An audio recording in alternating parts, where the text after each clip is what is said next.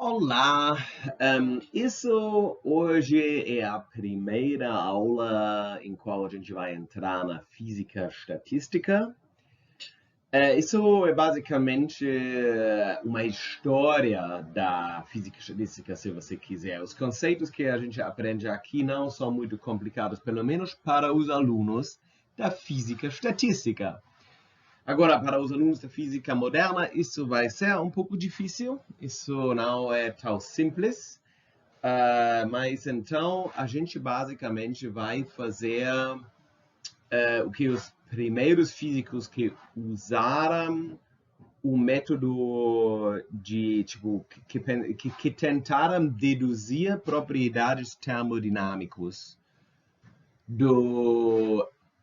da propriedades microscópicas fizeram. Então, isso a gente vai fazer. E isso é, tipo, nessa época as pessoas não conheceram realmente átomos, então isso foi baseado em hipóteses sobre a realidade.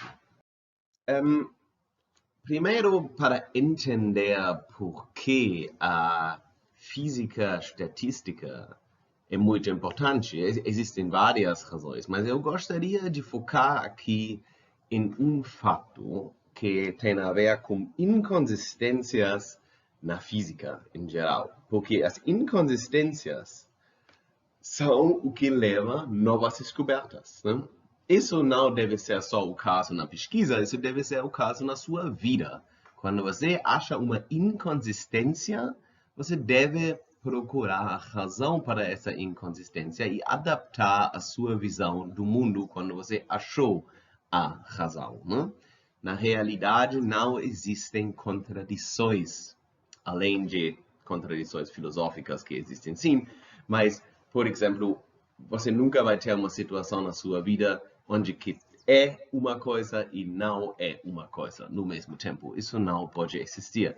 Então, quando a gente encontra situações dessas, a gente deve entender que a nossa visão do mundo está errado. E a gente se desenvolve, a gente melhora a nossa visão do mundo. Então, um exemplo disso na ciência é o desenvolvimento da relatividade restrita, né? Que os alunos da física moderna trataram semana passada, eu acho, enquanto os alunos da física estatística trataram isso quando eles estudaram a física 4. Né?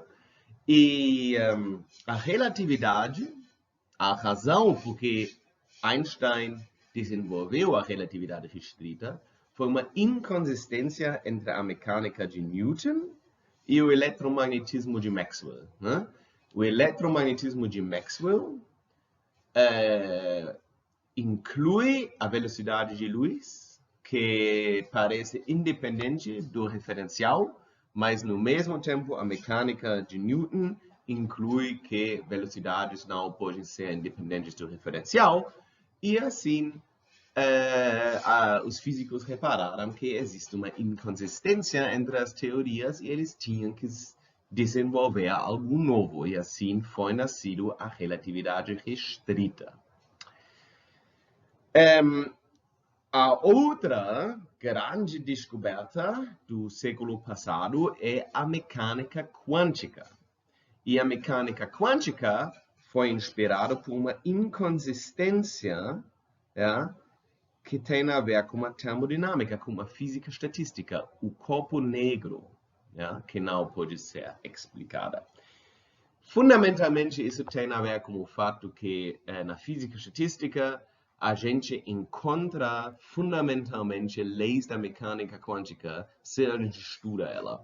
Os alunos da física estatística vão ver que, por exemplo, a constante de Planck, que é fundamentalmente algo da mecânica quântica, existe na física estatística em sistemas clássicos. Porque a gente tem partículas e tudo isso. Vocês vão ver o que isso significa exatamente. Então, a termodinâmica é a parte da física que trata fenômenos relacionados à temperatura, pressão, volume e energia interna de fluidos. Né? Isso significa que na termodinâmica a gente trata, tipo, coisas que têm a ver com essas quantidades. Mas depois de desenvolvimento da hipótese atômica, físicos tentaram explicar fenômenos termodinâmicos com física baseada na mecânica de Newton. E isso é o que a gente vai fazer hoje para o exemplo mais simples que existe. Aqui a gente tem algumas das leis empíricas da termodinâmica que são válidos para gases que vocês aprenderam na química. Só para a nomenclatura, V maiúsculo é o volume, P maiúsculo é a pressão, N minúsculo é quanta substância a gente tem, então isso seria o número de partículas. A gente já sabe que a gente tem átomos, mas essas leis foram desenvolvidas quando as pessoas não souberam de átomos e moléculas. Mas a gente vai dizer aqui número de partículas. O número molar de partículas, né? Pode ser qualquer. Ok, e T é a temperatura. Então, Boyle descobriu que o volume é inversamente proporcional à pressão quando a gente tem o mesmo número de substância e a mesma temperatura. E vocês também devem conhecer a lei de Charles, que é também uma lei empírica, só para quem não sabe o que significa empírica. Empírica significa descoberta por experimento sem uma explicação, ok? Uma lei empírica é tipo, se você não consegue descrever o comportamento do seu gato com fórmulas, você ainda sabe certas coisas sobre o seu gato. Por exemplo, sempre quando você abre o presunto, o gato vem porque quer comer. Isso seria uma lei de natureza empírica, né? Que para você no momento você não pode explicar fundamentalmente, mas você descobriu que sempre quando você abre o presunto, o gato vem.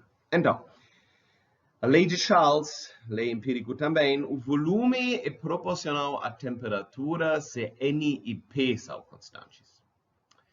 E a lei de Avogadro, o volume é proporcional ao número da substância para a temperatura e a pressão constante.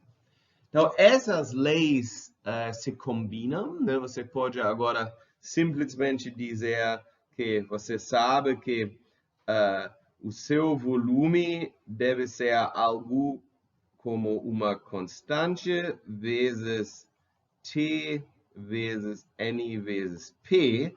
Isso inclui todas essas leis. E assim a gente chega na equação de estado do gás ideal, que é essa aqui que vocês devem conhecer, né? P vezes V igual nRT. E, de novo, R é uma constante empírica, que é a constante universal de gás, que é algo empírico. E isso aqui vocês conhecem e inclui todas essas leis. E agora a gente vai tentar deduzir essa lei, assumindo que gases são feitas de moléculas, de partículas, de átomos, eu não sei o que você quer dizer, e a gente só usa física básica para deduzir essa lei, que é uma equação de estado. Os estudantes da física estatística vão conhecer muitas equações de estado e vão ter um entendimento bem superior desse termo, que é uma equação de estado, que normalmente conecta o volume, a pressão e a temperatura em alguma maneira. Então, essa equação de estado aqui, a gente quer deduzir de física básica. Vamos começar. Então, mas antes, vocês devem saber que todas essas leis aqui não são perfeitamente válidas, ok? Eles foram descobertas, mas eles são mais ou menos válidos. E tem uma razão para isso. Mas vamos assumir que eles são mais ou menos válidos, e nesse caso, a gente provavelmente vai usar uma aproximação, como a gente sempre faz na física, né? Uma brincadeira na física é que uma vaca é aproximadamente uma esfera que dá leite para todas as direções. Isso é uma aproximação bem grossa, mas físicos gostam de aproximações, porque a gente realmente consegue aprender muito de natureza com aproximações. Isso também é algo muito fundamental. Você não pode descrever a realidade sempre perfeitamente. Você tem iterativamente chegar na realidade com modelos mais simples e se desenvolver para modelos mais complexos. Então, Bernoulli, o grande cara do início da física estatística, basicamente a pessoa que inventou essa ideia, ele inventou um conceito do gás ideal. Então, ele decidiu que provavelmente a gente não sabe tudo sobre as moléculas, é muito complicado de escrever isso, então eu vou fazer o meu cálculo para o que eu chamo um gás ideal. Um gás ideal, a gente assume, e isso, o conceito de gás ideal é extremamente importante, especificamente para os estudantes de física estatística, mas também para os estudantes da física moderna, como vocês vão ver um pouco mais no futuro. Mas assumimos que um gás consiste de partículas iguais, só tem uma componente. Os estudantes de física estatística, quando eles aprendem de ferramentas de matemática mais avançadas, vão entender relativamente rápido que não é tão difícil fazer o mesmo jogo com partículas diferentes, mas pelo início a gente assume que todas as partículas são iguais. Assumimos que os elementos básicos de gás não têm um volume, significa que eles são pontiformes. Isso é importante, porque se eles não são pontiformes, eles ocupam um certo volume. E, por exemplo, se você aumenta a pressão muito, você vai ter desvios grandes dos resultados que você recebe da ideia de gás ideal. Então, gases são mais perto de gases ideais quando as moléculas são suficientemente distantes entre si que você pode tratar eles como pontiformes. Assumimos que eles não interagem quimicamente ou algo igualmente complicado. As colisões são elásticas, ok? Isso significa as partículas não fazem coisas malucas. A gente sabe que isso não é o caso. A gente sabe da mecânica quântica que as partículas fazem coisas malucas também, sempre, mas a gente vai assumir que isso não é o caso. E a gente vai chegar num resultado bem legal. E, de novo, os estudantes de física estatística, no fim dessa disciplina, vão aprender por que a gente recebe resultados certos com o modelo errado. Então, não existem graus de liberdade internas. Então, isso é também muito importante, porque isso é só possível se você tem partículas pontiformes. E, de uma certa maneira, o fato que as partículas são pontiformes já inclui que não tem graus de liberdade interna, né? Mas, por exemplo, uma molécula feita de dois átomos tivesse muitos graus de liberdade. Graus de liberdade significa que pode circular, ou pode vibrar, e todas essas coisas são graus de liberdade.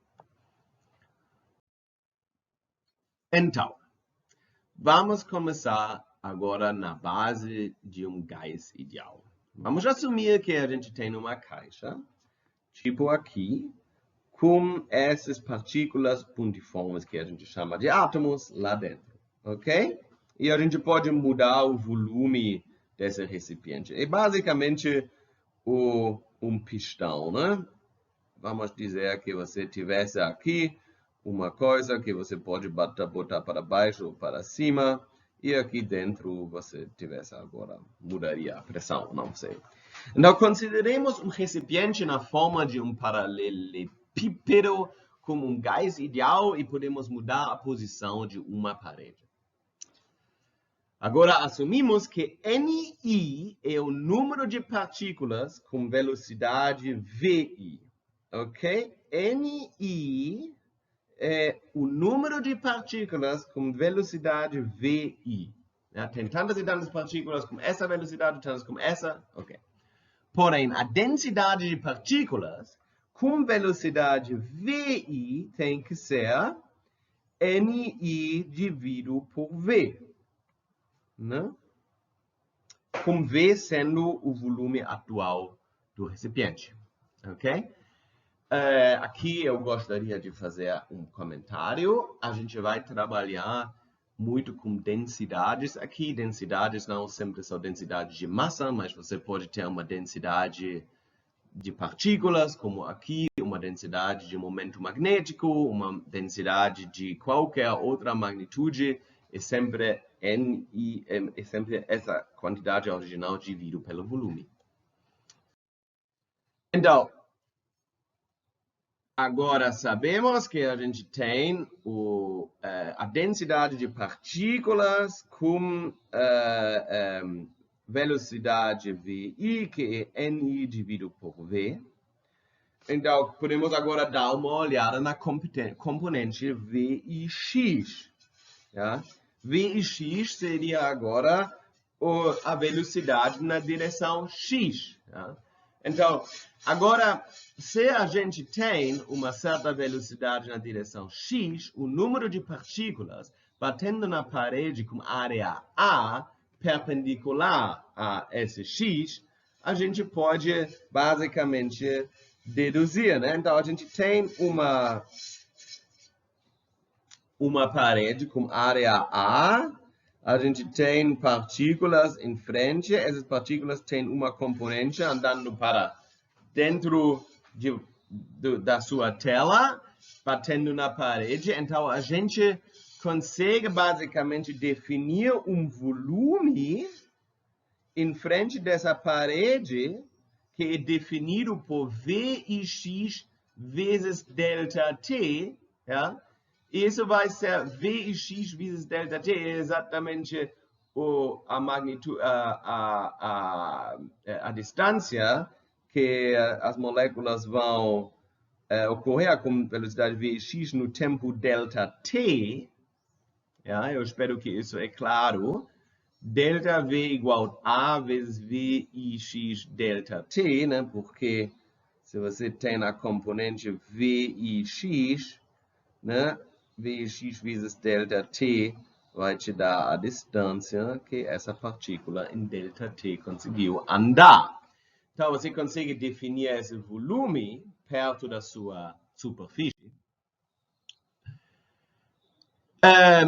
E isso significa que o número das partículas batendo na parede no tempo ΔT com velocidade Vx tem que ser Nx igual ao meio Ni dividido por V, Vx a ΔT. Bem simples porque isso é o caso, porque o meio é a metade das partículas, porque uma metade vai para essa direção, outra metade vai para essa direção. Ja? Então, a gente simplesmente fez nada mais do que substituir o resto. Então, cada vez quando uma partícula bate na parede, o momento vai mudar por 2mVx. Porque a gente assume que só tem colisões elásticas, né? Então, a partícula tem um momento mVx e vai ser refletido com nVx. Então, a mudança do momento tem que ser 2mVx. Ok? E esse momento é transferido para a parede. Então, a gente consegue ver quanto momento é transferido para a parede. Ok? E força é a derivada do momento em termos do tempo. Então, isso já é e pressão e força por área. Então, a gente está chegando lá. Ok. Então, a gente não vai usar, só para dizer, o momento relativístico. No fim desses cálculos, vocês vão ver por quê. Porque as velocidades de partículas em condições normais, ambientais, não são relativísticas. As velocidades não são relativísticas. A gente vai deduzir as velocidades mais tarde. E por causa disso, a gente pode usar o momento clássico. Eu gostaria de mencionar que agora vocês poderiam dizer, mas se a gente usa o momento clássico e depois a gente deduz a velocidade usando o momento clássico, como isso pode ser, né? Assim a gente não pode saber se realmente o momento é clássico, a gente basicamente está circulando em volta do nosso argumento. Não, isso não é o caso. Então, em qualquer cálculo, o momento clássico deve ser extremamente alto quando você tem que usar o momento relativístico. Você tem que ter velocidades que são relevantes em comparação com a velocidade de luz. Ok, agora é bem fácil calcular a pressão, porque ΔP sobre ΔT é a força, isso é a lei de Newton, né? Eu lembro que força é igual dP sobre dt. Então, a gente tem esse ΔT. Então, ΔP e x dividido por ΔT, isso é uma força. Força por área é uma pressão. E a gente tem N partículas. Então, a gente vai saber quanta pressão é atuada na nossa parede de partículas com velocidade Vx. Agora é só substituir tudo que a gente tem aqui e a gente consegue ver que a gente vai ter a pressão vai ser a massa das nossas partículas dividido pelo volume vezes a soma sobre todas as partículas com velocidade Vx quadrada NI.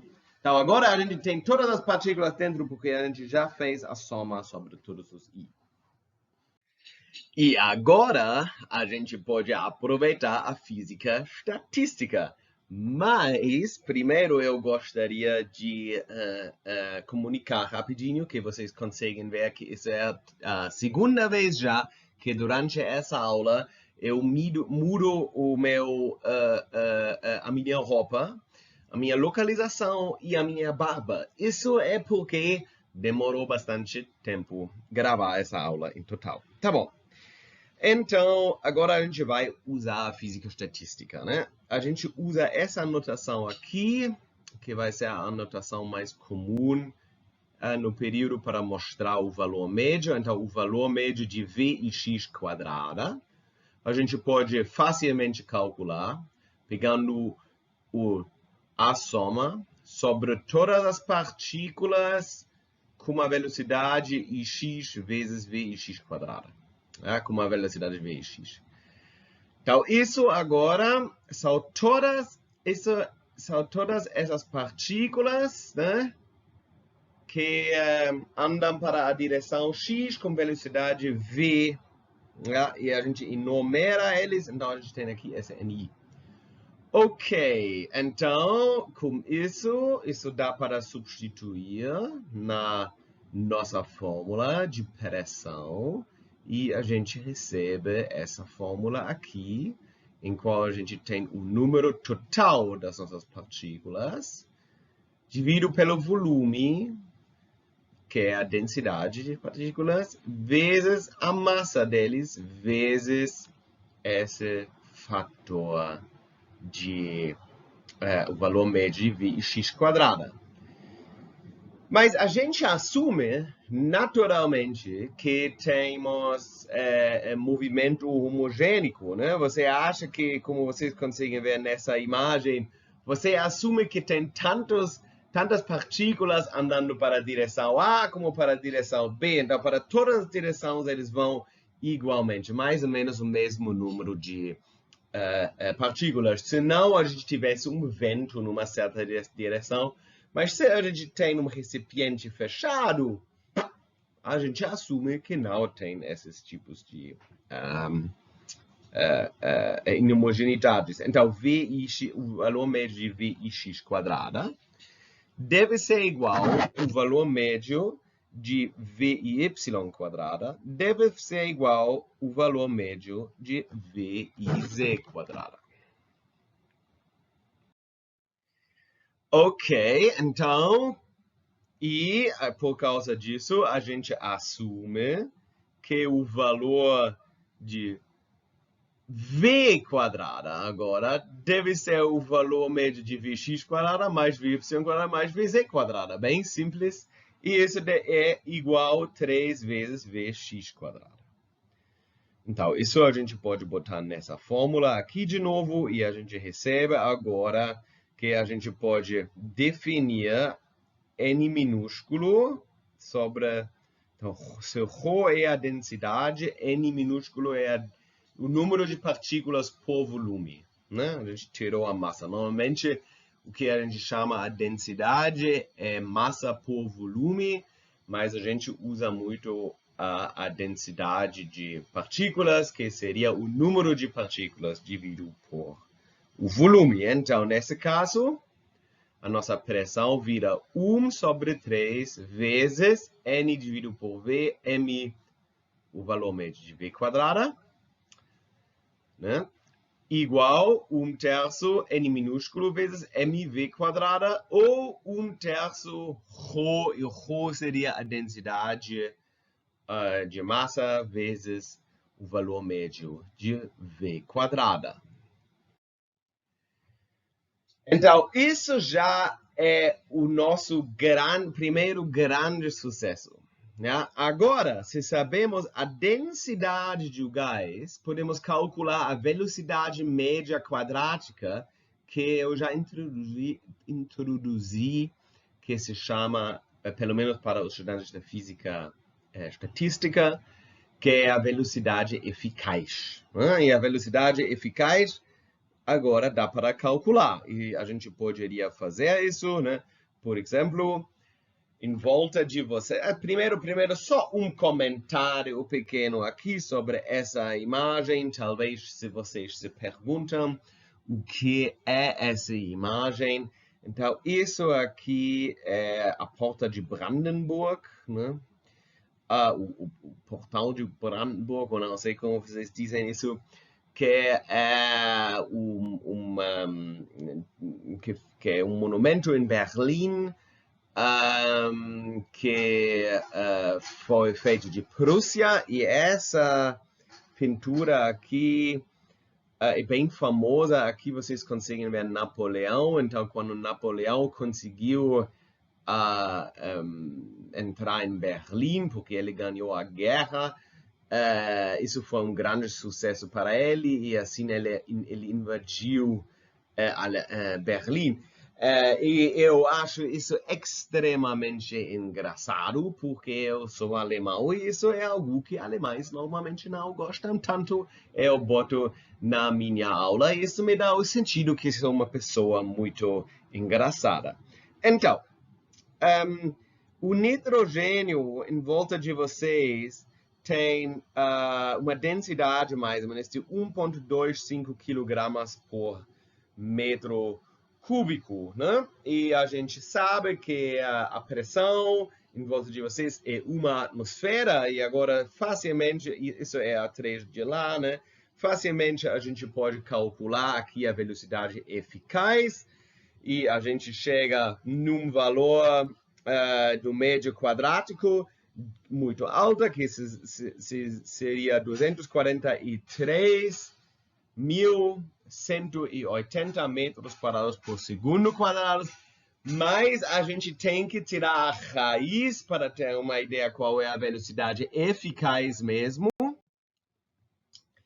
E essa velocidade eficaz seria 492, que é bem perto do valor real, como vocês vão ver mais à frente, de velocidades de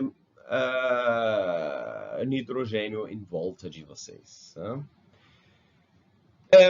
E vocês conseguem ver que essa velocidade é bem mais baixa do que a velocidade de luz, e na prática a maioria das moléculas são mais pesadas, e por causa disso tem velocidades um pouco menores. Então a gente não precisa se preocupar normalmente quando a gente estuda as velocidades térmicas, a gente chama isso de velocidades térmicas, em temperatura ambiente de moléculas. A gente nunca realmente chega em velocidades relativísticas, como a gente assumiu no início. Essa expressão foi deduzida por Joule, o grande Joule, que inventou, fez um grande progresso no desenvolvimento de máquina de vapor. Então, podemos brincar um pouco com essa expressão. Né? E eu estou sentindo a sua...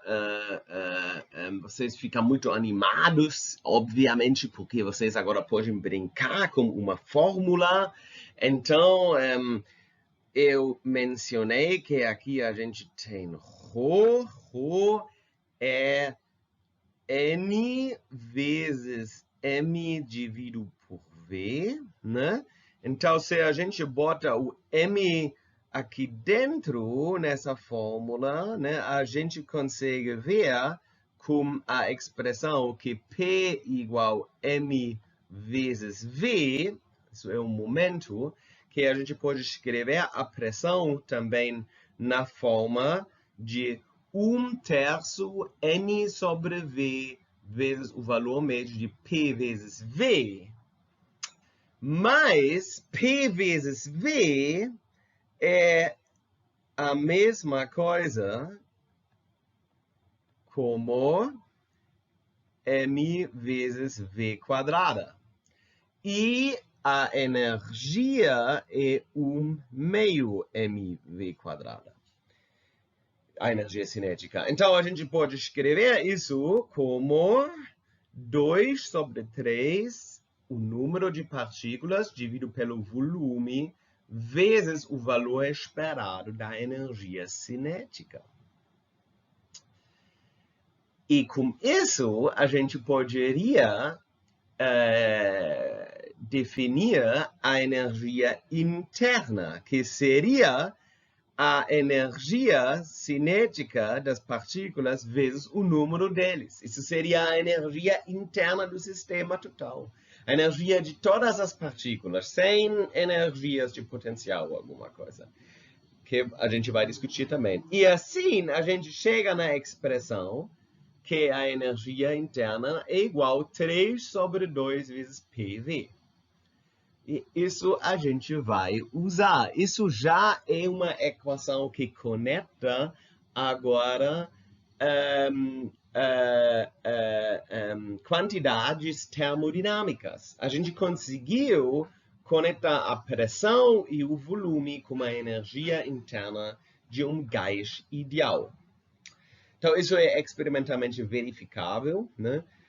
Para processos isotérmicos, a gente sabe que a pressão deve ir recíproco com o volume. Para processos isométricos, a pressão deve ser proporcional à temperatura. A gente vai falar sobre. E isso leva à equação do estado do gás ideal. P vezes V, que seria igual à energia interna, é N vezes RT. Então, experimentalmente, R é a constante universal do gás, que a gente pode deduzir, basicamente, dessa ideia. E a gente pode escrever isso também em termos do número de Avogadro, se a gente substitui N por NA. Isso é conhecido como a equação de estado do gás ideal. Isso significa que a gente pode também escrever a energia interna dessa maneira, assim. A equação de estado do gás ideal é algo que ajuda muito. Na verdade, é uma estimativa que você pode usar para qualquer coisa, né? É extremamente grossa.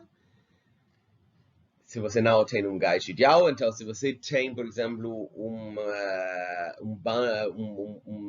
hélio com pressão baixa dentro de um tanque, isso é mais ou menos um gás ideal, descreve quase perfeitamente o comportamento de gás ideal, mas em geral os sistemas são mais complicados. Mas essa equação de estado aqui, eu uso essa palavra sem ter isso introduzido muito bem numa equação de estado, uma equação que conecta essas grandezas termodinâmicas, e a gente vai discutir isso bem mais na física estatística, mas eu não preciso encher o saco dos estudantes de física moderna com isso.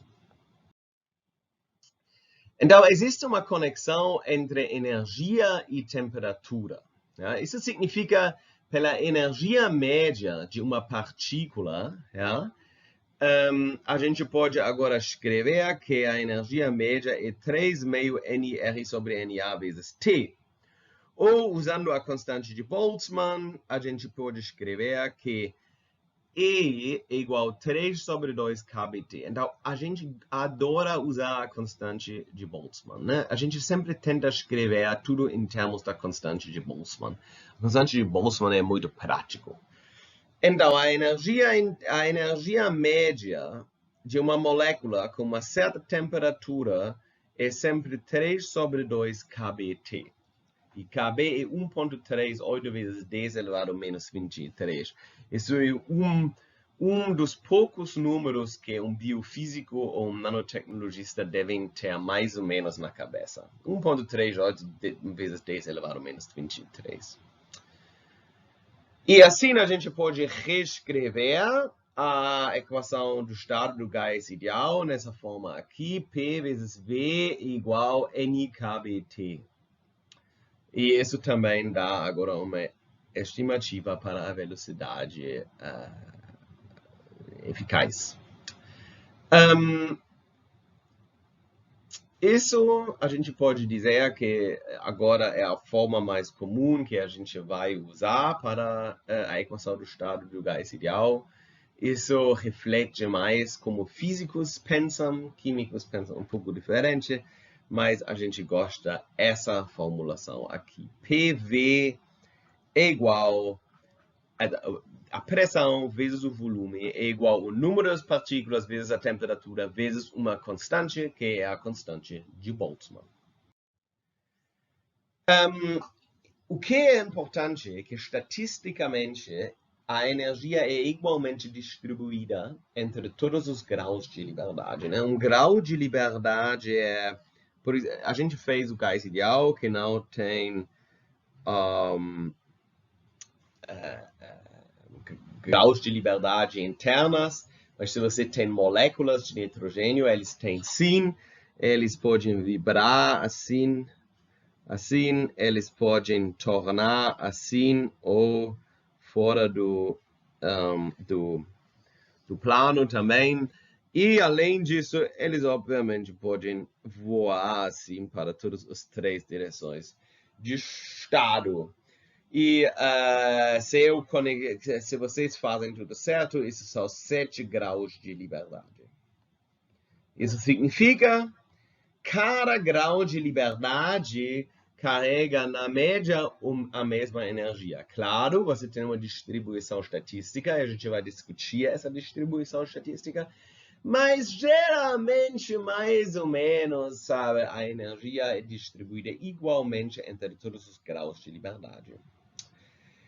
E agora vocês conseguem ver, quando você tem mais graus de liberdade com a mesma energia, você vai ter uma velocidade menor, por exemplo, para as moléculas. Ok, isso é uma introdução bem breve na física estatística. A gente conseguiu deduzir a equação do estado do gás ideal, que vocês conhecem teoricamente, pelo menos de outras disciplinas já, só da ideia que existe algo como moléculas e nada mais.